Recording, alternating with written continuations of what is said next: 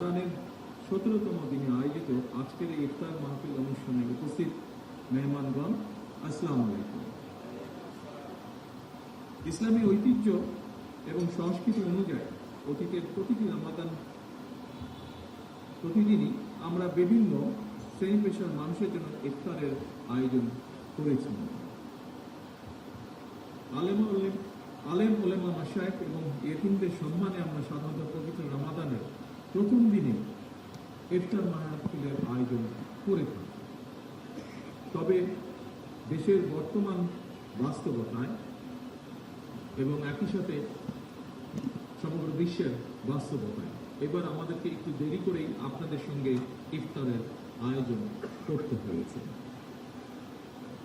বিভিন্ন পরিস্থিতির কারণে, যেমন গ্যাস, বিদ্যুৎ, জ্বালানি সহ বিভিন্ন ক্ষেত্রে ব্যয় সংকোচন এবং তুচ্ছতা সাধারণ অংশ হিসেবে এবারের রমাদানে আজ এবং গতকালের ইফতার মাহফিল সহ মোট 2টি ইফতার মাহফিলের আয়োজন করেছি।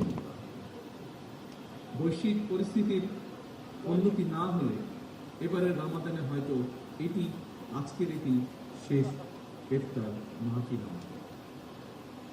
এই বড় আয়োজনের মাধ্যমে। আজকের এই ইফতার মাহফিলে অংশগ্রহণকারী ইয়েতিম সন্তানরাই আজকের সবচেয়ে গুরুত্বপূর্ণ মেহমান।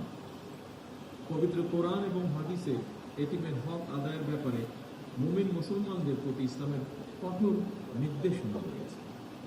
ইয়েতিমের প্রতি হক আদায়ের গুরুত্ব এবং ইয়েতিমদের নিয়ে আজকের ইফতার মাহফিল, আজকের এই আয়োজন।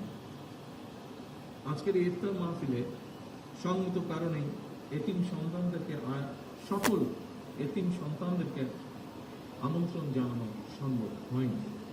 তবে এতিমদের ব্যাপারে রাষ্ট্র এবং সরকারের দৃষ্টিভঙ্গি তুলে ধরার ক্ষেত্রে এই ইফতার মাহফিল অবশ্যই একটি প্রতীকী তাৎপর্য বহন করে। এই ইফতার মাহফিলে এতিমদের প্রতি বিত্তবানদের দৃষ্টিভঙ্গি এবং দায় দায়িত্ব পালনের ব্যাপারে একটি ইতিবাচক বার্তা দিল বলে আমি ব্যক্তিগতভাবে দৃঢ়ভাবে বিশ্বাস করি। প্রতিজন বিত্তবান যদি অসহায় এতিমদের প্রতি পবিত্র কোরআন হাদিসের নির্দেশনা অনুযায়ী দায়িত্ব পালন করতে সচেষ্ট থাকেন, আমি বিশ্বাস করি তাহলে পিতৃহারা এতিম সন্তানরা এক বুক বেদনা নিয়ে বুকে নিয়েও রাষ্ট্র এবং সমাজে আত্মবিশ্বাসের সঙ্গে এগিয়ে যাওয়ার প্রেরণা খুঁজে পাবে। সম্মানিত সুধীবৃন্দ, পবিত্র রমাদান ত্যাগ এবং সংযমের মাস, রহমত, বরকত, সংযমের মাস। অথচ অপ্রিয় হলেও সত্য, রমাদান মাসকে আমাদের ভিতরে কেউ কেউ লাভ লোভ মাস হিসেবে বানিয়ে ফেলে। পবিত্র রমাদান মাসেও যারা অশুভ পন্থা অবলম্বন করছে, আপনাদের প্রতি আমার বিনীত আহ্বান, অনুগ্রহ করে আপনারা মানুষকে কষ্ট দেবেন না। সম্মানিত আলেম ওলেমা মাশায়েখবৃন্দ, ইসলামের 5টি ভিত্তির আরেকটি হচ্ছে যাকাত, যেটি অত্যন্ত গুরুত্বপূর্ণ। দেশে যাকাত ব্যবস্থাপনা নিয়ে আমি আমার একটি চিন্তার কথা আপনাদের সঙ্গে শেয়ার করতে চাই। ইসলামের বিধান অনুযায়ী আমাদের সমাজে আগামীর অগ্রগতির ভিত্তি আনোয়ার ইস্পাত, স্ট্রংগেস্ট স্টিল সিন্স 1978। অনেক বিত্তবান নিজ উদ্যোগেই যাকাত দিয়ে থাকেন। কেউ কেউ সরকারের যাকাত বোর্ডের মাধ্যমেও যাকাত পরিশোধ করে থাকেন। বিভিন্ন গবেষণায় রিপোর্টে দেখা গিয়েছে প্রতি বছর বাংলাদেশে এই যাকাতের পরিমাণ প্রায় 20 থেকে 25,000 কোটি টাকার বেশি হয়ে থাকে। কেউ কেউ এর পরিমাণ আরো অনেক বেশিও বলছেন।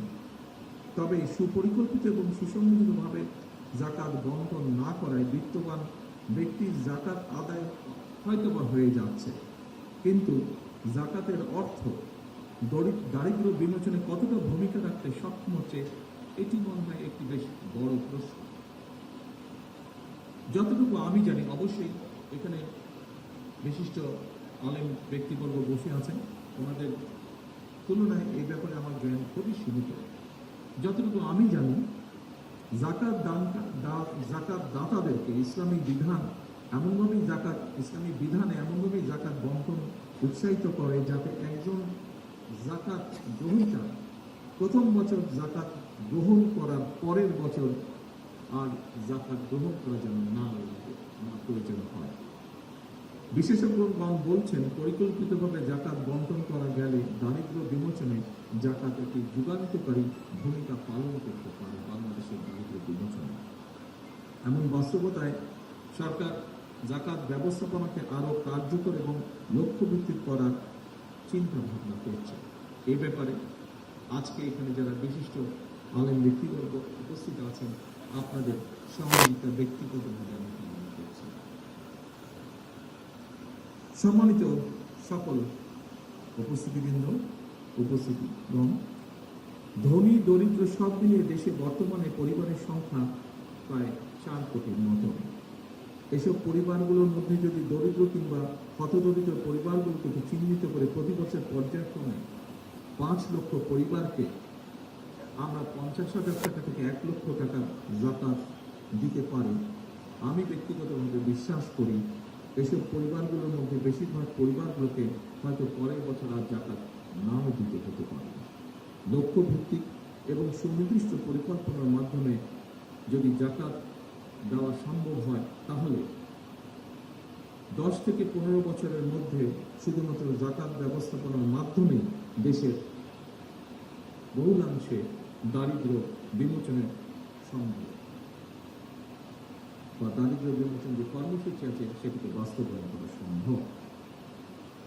সম্মানিত ওলেমা মাশায়েখবৃন্দ, দারিদ্র বিমোচনে জাকাত ব্যবস্থাপনার বিষয়টি আপনাদের কাছে যৌক্তিক মনে হলে এই ব্যাপারে বিত্তবানদের সচেতন করার ক্ষেত্রে আপনারা আলেম ওলেমা মাশায়েখগণ সবচেয়ে বেশি এবং গুরুত্বপূর্ণ ভূমিকা রাখতে পারেন বলে আমি দৃঢ়ভাবে বিশ্বাস করি। জাকাত ব্যবস্থাপনার মাধ্যমে দারিদ্র বিমোচন করার লক্ষ্যে দেশের শীর্ষস্থানীয় আলেমা ওলেমা, ইসলামিক স্কলার এবং সরকারি কর্মকর্তা সহ সংশ্লিষ্টদের নিয়ে ধর্ম মন্ত্রণালয়ের মাধ্যমে অথবা তার অধীনে বিদ্যমান জাকাত বোর্ডকে নিশ্চয়ই আমরা পুনর্গঠন করতে পারি। এই জাকাতকে দারিদ্র বিমোচনের ব্যবহার করে ইসলামী বিশ্বে বাংলাদেশ অবশ্যই একটি মডেল হিসেবে উপস্থাপনের সুযোগ রয়েছে বলে আমি মনে করি। সম্মানিত ওলেমা মাশায়েখ এবং আমার এতিম বন্ধুরা, পবিত্র ইফতার সামনে রেখে আমি আমার এই বক্তব্যকে আর দীর্ঘায়িত করতে চাই না। দেশ এবং জনগণের কল্যাণে নেওয়া প্রতিটি কর্মসূচি যেন আমরা সুন্দরভাবে বাস্তবায়ন করতে পারি, আল্লাহর দরবারে সেই প্রার্থনা জানি এবং আল্লাহর রহমত কামনা করে আমি আমার বক্তব্য